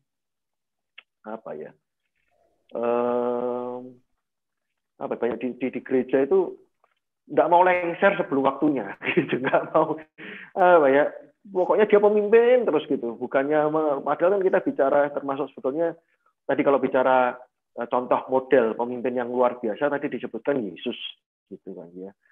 Nah, Yesus itu diakui hebat justru bukan hanya ketika dia 3 tahunnya itu, tapi karena dampaknya itu bisa dirasakan sampai sekarang ketika Yesus nggak ada begitu kan. Ya, itu kan yang menarik sekali buat saya gitu ya. Nggak banyak orang yang mempersiapkan memimpin ketika dia jadi pemimpin. Gitu.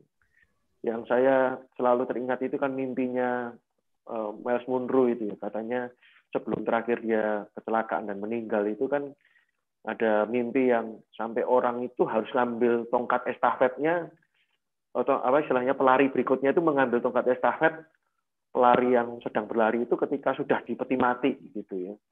Ya, itu tidak banyak orang yang menyiapkan memimpin, menyiapkan mengganti atau membiarkan orang lain muncul gitu ya. Bukan dia yang muncul, tetapi seperti Yohanes Pembaptis itu jarang yang punya spirit Yohanes Pembaptis gitu ya. Begitu dia tahu Yesus ada dan datang dan waktunya ini dia berhenti dan dia kata, aku tidak layak lah ya, bukan tidak layak untuk melepaskan ini, lalu aku harusnya makin berkurang dan kau yang harusnya makin bertambah-tambah. Nah, itu tidak banyak spirit seperti itu. Nah, kira-kira apa sih yang membuat Konatan ini menurut saya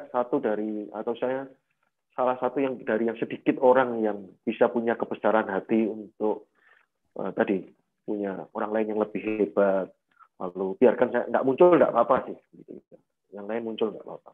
Kira-kira apa Konatan, nilai-nilai atau mungkin prinsip atau apa paradigmanya yang kira-kira bisa membuat supaya ini pemimpin-pemimpin muncul yang tadi nggak nguasain, nggak eksklusif gitu. Ya, kembali menurut saya itu bicara mengenai paradigma ya. Maksudnya kalau kita melihat sesuatu itu kita seperti apa? Kita melihat sesuatu dengan kacamata yang salah atau kacamata yang berbeda, tentunya akan beda. Gitu. Kalau misalnya kita melihat orang tersebut adalah anak kita, saya percaya kita lakukan all out supaya orang tersebut bisa jadi lebih baik daripada kita, bukan kompetitor kita. Ini kalau kita bicara mengenai kacamata dari orang pemimpin ya, atau seorang ayah kalau menurut saya harus seperti itu. Jadi kalau bicara mengenai kenapa saya bisa, buat saya sebenarnya karena buat saya siapa saya sih, apa yang bisa kita banggakan gitu loh. Karena keberhasilan kita kan kalau kita bisa menghasilkan orang-orang yang lebih baik dibanding kita. Jujur kadang-kadang ketika melihat ada orang-orang lebih di bawah saya bisa menaik begitu, ada nggak rasa kadang-kadang iri? Oh pernah ada, jujur sebagai manusia. Tetapi di situ kita punya pilihan, kita mau hidup di situ atau kita mau rilis. Dan saya kembali harus menggunakan kacamata ilahi. Ini anak-anak Tuhan yang dipercayakan kepada saya. Tugas saya adalah untuk mendevelop mereka, merilis mereka sampai pada tujuan mereka. Itu sebabnya yang namanya katakanlah apostolic fathering itu ya benar-benar seorang ayah harus bisa merilis bro daripada anak-anak tersebut. Maka tadi kalau disebut mengenai Yohanes Pembaptis, kita bicara mengenai membuka tali kasutnya pun aku tidak layak. Tapi saya lebih suka dengan kalimat begini, lihatlah anak domba Allah yang menghapus dosa dunia. Nah habis Yesus ngomong begitu, dua murid terbaiknya dia langsung tinggalin dia bro. Kita ngelihat Yohanes pergi, Yakobus pergi gitu ya, mengikut siapa? Mengikut Yesus. Tapi spirit daripada Yohanes Pembaptis itu adalah begini, dia selalu akan pointing people to Christ gitu ya. Kalau kita bicara mengenai Christ center gitu ya, semua pemimpin-pemimpin yang hebat, pemimpin besar, seorang ayah itu pasti akan menunjukkan anak-anaknya kepada Kristus gitu. Jadi saya berharap ketika kita melihat orang-orang yang ada di bawah kita, yang kita bimbing, kalau kita melihat mereka benar-benar sebagai anaknya kita, atau anak Tuhan yang dipercayakan kepada kita, kalau kita punya paradigma yang benar, saya percaya angle kita melihat itu pasti akan sama seperti Yesus melihat mereka.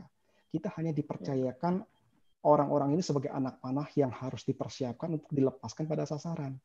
Gitu. Jadi kembali hati ayah itu buat saya akan penting. Tadi kalau bro bilang kita harus jadi kakak gitu ya. Mari kita naik bukan cuma sekedar jadi kakak bro. Kita naik jadi bapak. Itu tantangan yang satu panggilan besar, satu panggilan yang mulia buat kita semua gitu. Oke. Ya, terima kasih Konatan.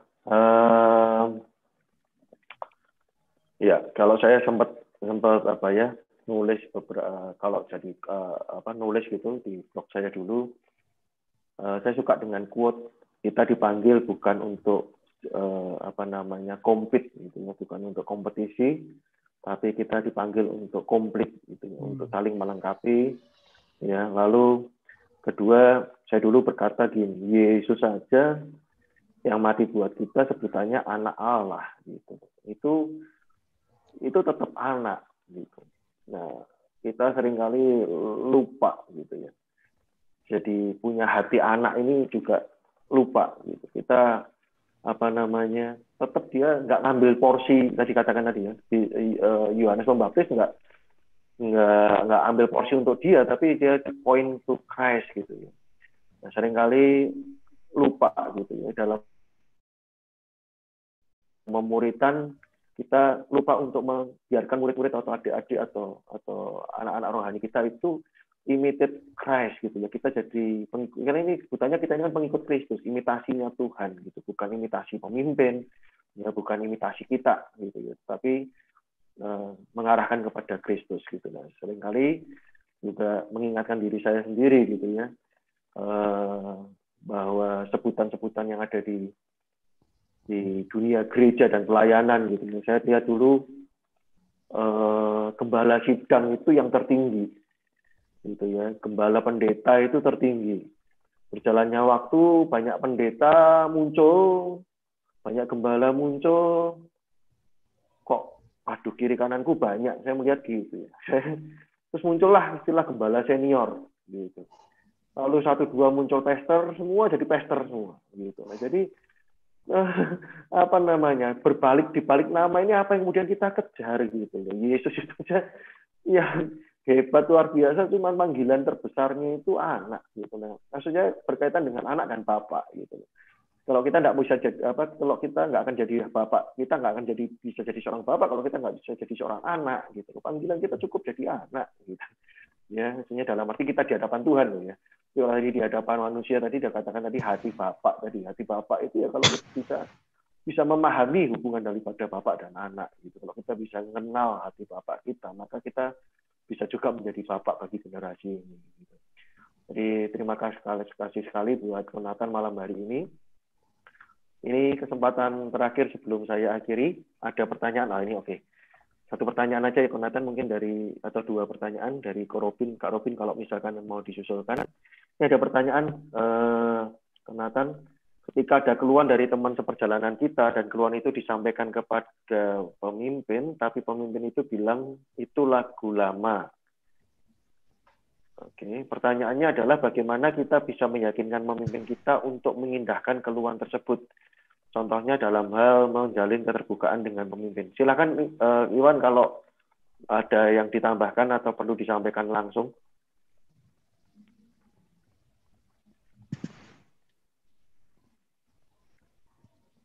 Atau mau langsung ditanggapi Kak Nathan? Iya, jadi thank you buat pertanyaannya Bro Iwan ya. Bicara mengenai keluhan kepada pemimpin, lalu bagaimana meyakinkan pemimpin untuk mengindahkan keluhan tersebut. Nah, di sini kan konteks masalahnya kita nggak ngerti, tetapi dikasih contoh adalah gini, contoh dalam hal menjalin keterbukaan dengan pemimpin. Nah, saya melihat begini bahwa kepemimpinan itu selalu bicara mengenai fungsi. Ya, kita bicara mengenai teorinya John Seppel, mengenai 5 level leadership John Maxwell dan sebagainya. Kepemimpinan itu bicara bukan cuma sekedar secara struktural, tapi benar-benar bagaimana dia bisa mendevelop orang dan seterusnya gitu ya, bro. Kita tahu sama-sama. Nah, kalau misalnya kita bicara menjalin keterbukaan dengan pemimpin, saya yakin kalau pemimpin tersebut benar-benar pemimpin, dia pasti akan tahu bagaimana cara menginvestasikan waktu buat orang-orang yang tepat. Nah, saya tetap percaya pasti ada Pareto ya, bro ya. Dalam arti gini, tidak semua waktu pemimpin tersebut bisa digunakan untuk semua orang. Tentunya dia harus memilih. Makanya Yesus juga pilih 2 orang. Ini belajar bicara mengenai time management. Tapi kalau kita bicara mengenai keterbukaan dengan pemimpin, saya yakin pasti keterbukaan itu selalu dibangun berdasarkan dengan seiring waktu. Nah, jujur ngomong nih, kadang-kadang communication skill merupakan salah satu skill yang penting pelajari, karena kalau kita nggak komunikasi skill baik, kita nggak akan pernah bisa mungkin membangun hubungan dengan pemimpin atau orang-orang yang sekeliling kita. Nah, communication skill termasuk mulai dari mana? Mulai mendengar, bro. Ini yang saya pelajari gitu ya. Saya juga berhadapan dengan kadang-kadang kendala, ketemu dengan pemimpin yang beda generasi di atas saya gitu ya. Lalu mungkin pola pikirnya berbeda, maksudnya kita baru ngomong belum sampai selesai udah dipotong, lalu kira-kira punya mindset yang totally different things gitu ya. Buat saya ya kita mulai dengan mendengar, karena belum tentu apa yang kita sampaikan itu adalah yang terbagus pada waktu itu untuk alasan tersebut gitu. Nah, Alkitab selalu bilang begini, hormati ayah dan ibumu, gitu ya. Nah, di sini kan kita tentu bicara mengenai orang tua kita secara jasmani. Tetapi kata Iya. hormat di sini, kalau kita bicara mengenai Alkitab bahasa Inggris ya, Amplified itu bilang bagus banget gitu loh. Dia bilang begini, honor your father and mother gitu, honor your parent ya. Tapi dia bilang gini, kamu harus respect, kamu harus obey, kamu harus take care. Nah, itu cukup dalam gitu ya buat kata honor gitu. Bahwa sebagai seorang anak kita tuh diminta untuk bisa menghargai, respect. Ya, sekarang ini laki-laki itu paling dibutuhkan respect ya, Bro ya, gitu katanya kan begitu ya. Tapi banyak orang sekarang tidak bisa menghormati pemimpin di atasnya. Makanya kan dosa generasi selalu dibilang begini, mereka tidak bisa menghormati generasi di atasnya, tidak melayani generasinya, tidak mempersiapkan generasi di bawahnya gitu. Jadi respect di balik segala keterbatasan, kelemahan itu penting. Yang kedua buat saya adalah kita obey. Ya, obey your parents. Ya, obey dalam konteks apa yang dia katakan itu selalu sesuai dengan prinsip kebenaran firman Tuhan, gitu ya. Lalu yang berikutnya adalah take care. Take care di sini adalah apa? Ya, pedulilah dengan pemimpin kita, gitu. Dan saya percaya yang namanya keterbukaan itu mungkin dimulai dengan sederhana gitu. Pernah nggak kita berdoa buat pemimpin kita? Karena segala sesuatu itu semua dimulai di alam spirit, bahasanya begitu ya, Bro ya. Jadi kalau kita mulai berdoa buat pemimpin kita lama-lama akan menjadi, bahasa saya gini ya, menjadi serupa dengan orang yang kita doakan, seperti saya begitu kali ya. Jadi saya merasa gini, ketika kita mau menghadapi kendala dengan pemimpin-pemimpin orang-orang di sekeliling kita, yuk mulai dengan doa. Itu saran saya pertama. Ya, saran saya mulai dengan doa. Yang kedua mulai dengan lihat si diri kita. Mungkin apa yang perlu kita perbaiki dari sisi kita. Nah, seringkali kita berpikir kita udah benar nih, kita yang paling benar, pokoknya ide kita paling benar, cara kita paling benar, bahkan waktu kita paling benar, segala sesuatu yang kita pingin paling benar gitu. Tapi kalau memang itu ternyata belum waktunya, atau memang mungkin boleh dibilang ini pemimpin kita belum mendapatkan revelation tentang hal tersebut, nggak akan bisa dipaksain, karena pasti akan ada yang namanya divine season untuk itu. Jadi menjalin keterbukaan tentunya harus dengan tulus. Pertama gini, kalau misalnya kita bicara menjalin keterbukaan, apakah ketika kita menyapa, mendoakan, berbicara, menyampaikan sesuatu, apakah itu memang sungguh-sungguh pingin yang terbaik buat dia atau kita, gitu loh. Nah, saya tertarik dengan waktu itu Bro Albert ngasih dengan saya begini, Pak, apa yang bisa saya bantu buat Bapak? Wah, itu kalimat powerful sekali. Karena agendanya adalah bagaimana membantu agenda dia supaya visinya dia bisa tercapai, instead of kita bicara visi kita gitu loh. Jadi itu menarik, Bro, gitu. Jadi apa namanya? Ya itu mungkin sedikit yang bisa saya sampaikan gitu loh. Kalau namanya bicara mengenai kendala itu biasa. Karena nanti mungkin ketika kita jadi pemimpin, ini kita sudah persiapkan jangan sampai kita mengulangi atau menduplikasi pola pikir atau cara kepemimpinan daripada orang-orang di atas kita. Karena kita cenderung menjadi sama seperti orang yang kita kasihi, dan kita cenderung menjadi sama seperti orang yang kita benci. Gitu. Jadi jangan benci sama pemimpinmu, cintailah mereka. Karena mereka ada untuk berjaga-jaga buat hidup. Gitu. Oh, keren sekali dan jadi lengkap. Terima kasih juga pertanyaannya dan jawabannya. Ya, menurut saya ini jadi jawaban yang serangkaian, ya. Maksudnya menjadi kupasan menarik yang dalam hari ini malam ini melanjutkan dari statement yang disampaikan minggu lalu. Ya, jadi minggu lalu itu yang jadi apa istilahnya narasumber atau istilahnya yang sama-sama menemani Leaders Talk itu menulis buku yang menyampaikan tentang menghormati pemimpin. Dan hari ini saya pikir lengkap dari sisi pemimpin sebagai mana kita seharusnya, lalu tadi ditutup dengan pertanyaan dan kemudian dijawab daripada sikap kita seharusnya bagaimana terhadap pemimpin. Nah, ini kupasan yang lebih dalam jadi jawaban juga terhadap Leaders Talk yang sebelumnya. Ya, terima kasih Kak Robin untuk tanggapannya, terima kasih untuk dukungannya dan Kak Iwan juga yang sudah hadir. Ya, terima kasih. Ini seharusnya PMK atau KMP kampus dengerin ini, terutama pemimpin organisasi kampus. Ya, jadi rekamannya masih ada, sedikit nanti mungkin saya edit di awal. Ternyata tadi live duluan kok recording sama live-nya saya pikir tadi 2 kali live nyambung terus di YouTube ternyata. Jadi saya edit sedikit. Saya juga akan siaran ulangkan di Facebook, ya, jadi nanti rekamannya saya broadcast ulang dengan model live, jadi ada pakai OBS ini, jadi nanti kita bisa siarkan ulang. Lalu sebenarnya juga beberapa teman mengikuti dari, setahu saya tadi ada yang WA dari Kampus Awakening, dari teman-teman dari kampus Awakening. Terima kasih untuk menemani malam ini. Kalau masih ada untuk closing statement boleh, Nathan. Atau cukup? Closing statement mungkin kalau dari saya cara apa ya? Kita menjadi bapak bagi generasi ini. Sebagaimana Yusuf itu menjadi bapak bagi Firaun, saya percaya menjadi bapak bagi generasi bukan hanya bicara menjadi bapak bagi orang-orang percaya, tetapi juga bapak bagi dunia. Karena kalau kita membapak, maka dunia akan membapak. Itu dari saya. Oke. Thank you, keren banget. Ya, jadi termasuk nggak menutup kemungkinan ya, Nathan, seperti Yusuf dan Firaun ini dalam imajinasi saya loh ya. Kalau kenyataannya saya kurang ingat betul kalau dari sisi usia gitu. Bisa jadi juga ini juga bukan bicara soal jadi bapak atau jadi kakak ya. Jadi bisa saja kita bisa membapai yang lebih tua gitu kan ya. Secara usia mungkin bisa saja kan kita memberikan nasihat atau memberikan istilahnya jadi teman seperjalanan juga bagi orang-orang yang mungkin juga bukan hanya Kristen dan non-Kristen atau istilahnya tadi membapai dunia, tetapi juga bisa saja kita suara kita bisa didengar oleh para penguasa, oleh yang lebih tua juga usianya gitu, atau mungkin kita suatu kali tidak membayangkan sama sekali kita dibawa ke bangsa-bangsa atau sesuatu yang ya saya pikir Yusuf pun hari itu juga nggak bakal nyangka gitu kan, dari residivis gitu, dari tahanan tiba-tiba bisa memberikan nasihat kepada raja, itu kan suatu hal yang nggak diduga juga hari itu. Dia mimpi juga belum tentu mimpi hari itu gitu, walaupun mimpinya tanda-tandanya jauh hari sebelumnya, tetapi kalau malam itu mungkin jangan-jangan nggak mimpi seperti itu gitu. Itu luar biasa sekali.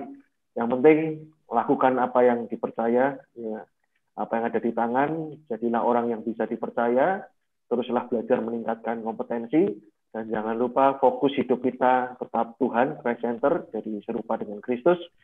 Dan saya percaya kalau saya closing statement-nya gini sih, setelah apa yang kita dengar, ya daripada kita hanya berdoa dan berpusing-pusing lalu menyalahkan, mengeluh gitu ya, kenapa aku belum dapat kakak rohani, kenapa aku belum dapat